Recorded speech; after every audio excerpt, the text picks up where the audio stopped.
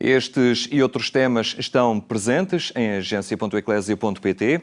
Agora, esse direito que a todos assiste de recorrer à assistência espiritual sempre que a doença nos empurra para as unidades de saúde.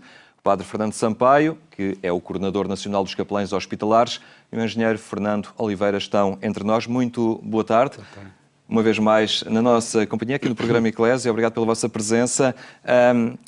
Quando falamos, Padre Fernando Sampaio, da assistência espiritual e religiosa, não estamos a falar apenas do cumprimento de uma lei que o determina, no sentido de o proporciona, mas também de algo que é fundamental também, ou muito importante, no processo de reabilitação ou da cura do doente, ou seja, no equilíbrio psicológico e também que tem repercussões muito concretas na recuperação da saúde do doente.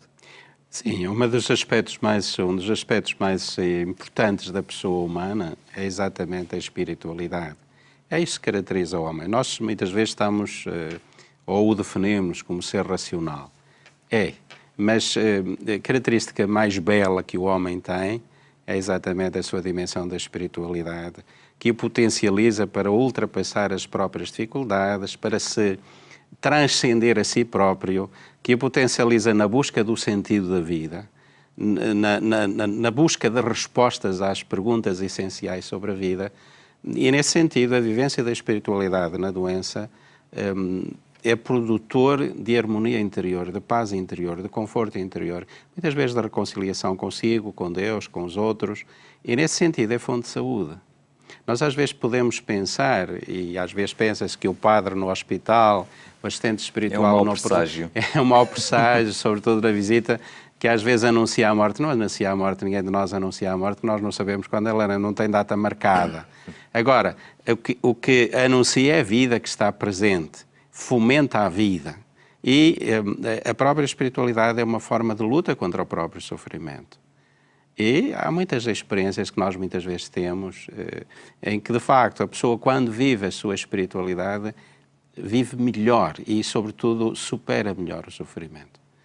Há estudos sobre isso. A Engenheira Fernando Oliveira é assistente espiritual na Casa de Saúde do Telhal.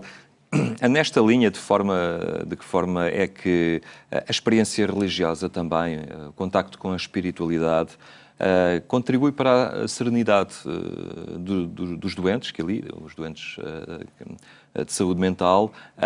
Até que ponto é que conseguem quantificar ou perceber a importância da dimensão espiritual também na serenidade e numa atitude mais calma dos doentes?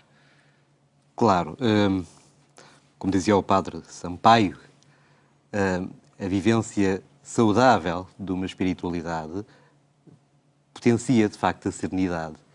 E potencia porque, muitas das vezes, a vida também em contexto mental deixou de ter sentido. Quando se reencontra um sentido para a sua existência, não obstante uma doença, pois integramos-nos. Bom, é evidente que não funciona só assim, é evidente que em saúde mental é preciso contar muito e é preciso funcionar muito em articulação com todas as equipas técnicas. Quando trabalhamos em espiritualidade, em contexto de saúde mental, não podemos pensar que estamos a funcionar isoladamente. Não. Há todo um contexto que é preciso ser considerado com a ajuda de médicos, de psiquiatras, de enfermeiros, de toda a gente que vai contribuir para já reajustar toda a sintomatologia que pode estar sobrevalorizada ou subjacente, mas também para a pacificação da própria pessoa. O encontrar-se a si próprio, mesmo com uma doença. Padre Fernando Sampaio, a doença também se pode tornar fonte de saúde quando a pessoa, num hospital, se confronta consigo próprio, de alguma forma. Fonte de saúde no sentido da saúde interior, não é? De descobrir uma dimensão de interioridade que se calhar andava metalhada da sua vida.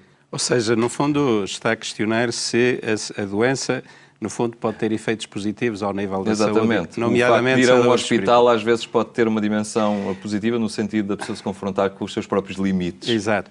O facto da pessoa se confrontar com os seus limites, muitas vezes a faz refletir sobre a sua própria vida. Que faço eu neste mundo? Que faço aqui? Que estou a fazer eu da minha vida? como é que eu posso orientar a minha vida para que ela tenha sentido? Porque às vezes aquilo que acontece, sobretudo no sofrimento absurdo, é que a pessoa se encontra com o limite de si próprio e com o sem sentido da própria vida. E muitas vezes se interroga: para que tanto sofrimento? Mais vale morrer então. Ter de enfrentar este sofrimento todo para morrer, então mais vale morrer já. Pelo menos não se passa tanto sofrimento. Ora bem, isto é uma interrogação tremenda sobre a vida.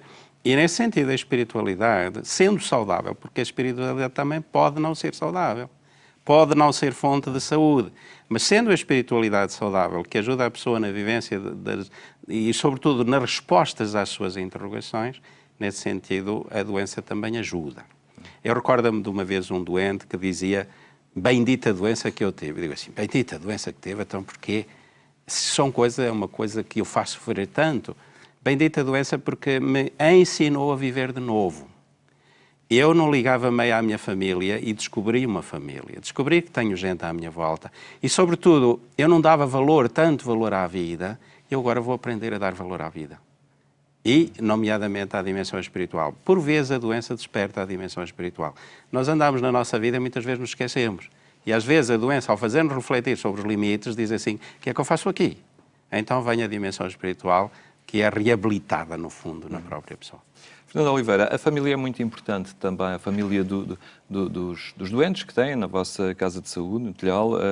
Procuram também envolver os familiares nesta dimensão celebrativa, na proposta da espiritualidade? De que forma vão integrando também os familiares dos utentes que lá estão? A família é importante para qualquer pessoa. Naturalmente, para o doente mental não é exceção. O Ortega HC dizia que eu sou eu e mais a minha circunstância. A família faz parte da circunstância de qualquer pessoa também. E é evidente que aqui tentamos também que a relação familiar seja também próxima e seja envolvida também, até em todo o processo terapêutico. Porque não podemos retirar a pessoa daquele que é o seu meio natural. E a família faz parte do utente. Agora, é evidente também, muitas das vezes encontramos famílias desestruturadas e também elas, muitas das vezes a questionar-se: porque é que me aconteceu isto a mim, ou porque é que aconteceu ao meu marido, ao meu pai, ao meu filho. E também falta de esperança, muitas vezes. Exatamente. E às vezes a falta de um sentido terrível. E que também ela tem de ser intervencionada ao nível da espiritualidade, também ela tem de ser apoiada, assistida, acompanhada, para que sinta que não está só e que todos nós estamos a viver a realidade do seu familiar e do seu utente. No Serviço de Assistência Espiritual e Religiosa, de que forma é que procuram integrar a família também, conjugar a sua presença com esta caminhada que o doente faz também? Há espaço para isso? Às vezes não é muito fácil conciliar a família em enfermarias que têm funcionamentos rigorosos e há horários de visitas específicos.